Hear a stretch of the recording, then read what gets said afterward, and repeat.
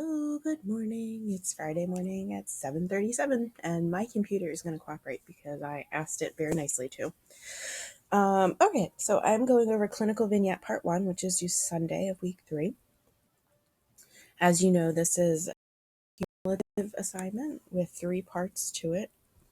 So part 1 due this week, part 2 due week 5, and then part 3 due at the end of the semester. For part 1, I would say about half of you have emailed me to talk to me about this ladder, where if you do not have a current practice case, you're using case from past literature. Past practice literature or film. If you have not already discussed that with me, that has to be into me by this Sunday with my approval. So if you have a current practice case and you're going to be using a case from past practice literature or film, that has to be approved by me by this Sunday.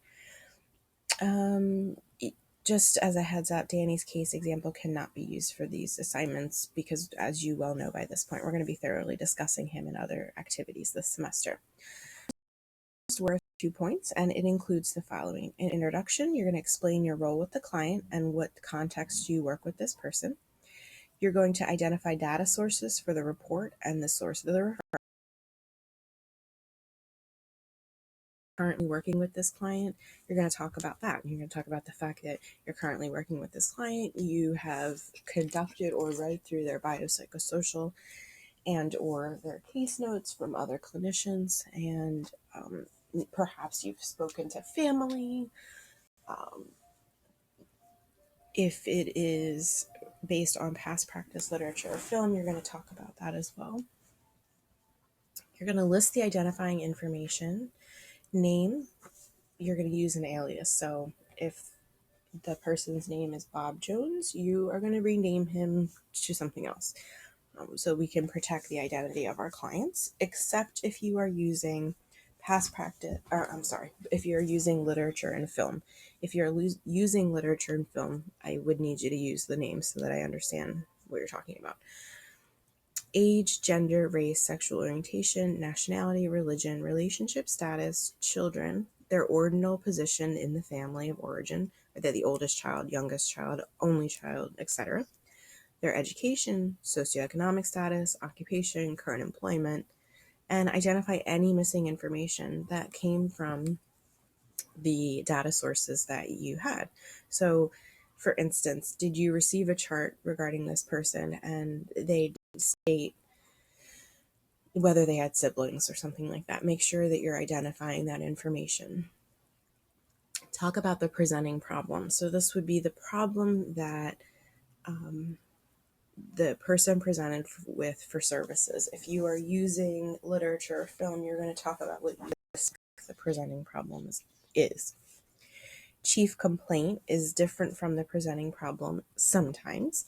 Sometimes the presenting problem is something that you can see that the individual is having trouble engaging in relationships with the outside world, but the chief complaint from the client is nobody likes me, and things like that. So that would be, as you know, connected, but a different explanation. So the presenting problem is why they're presenting for services, and the chief complaint is the client's own words or summary of their situation. So it could be the same, it could be different. Describe the history and context of the problem situation. So this would be when the client was 7. He noticed that he was starting to have trouble with peer relationships. And then when he was 9, he was bullied on the playground. And then when he was 13, he stopped engaging with friends. So you're going to talk about the history and context of the problem situation in that section. You're going to talk about brief history of psychosocial factors and family history. And you're going to follow the rubric below, which I will go down to.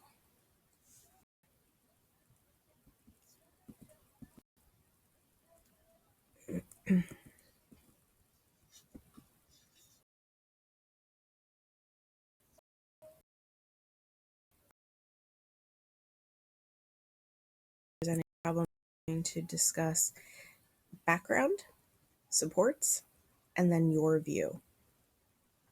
Basically, this is summarizing the person's biopsychosocial information in detail.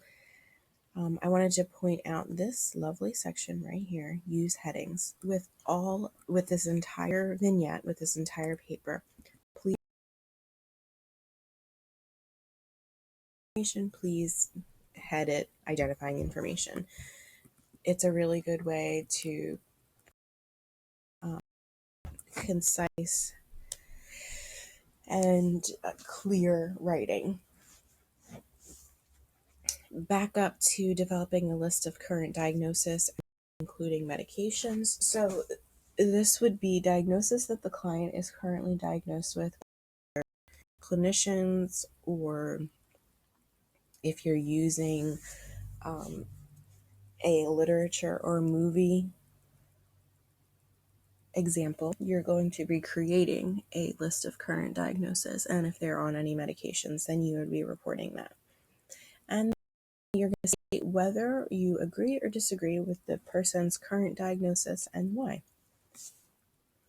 So all in all, a really good beginning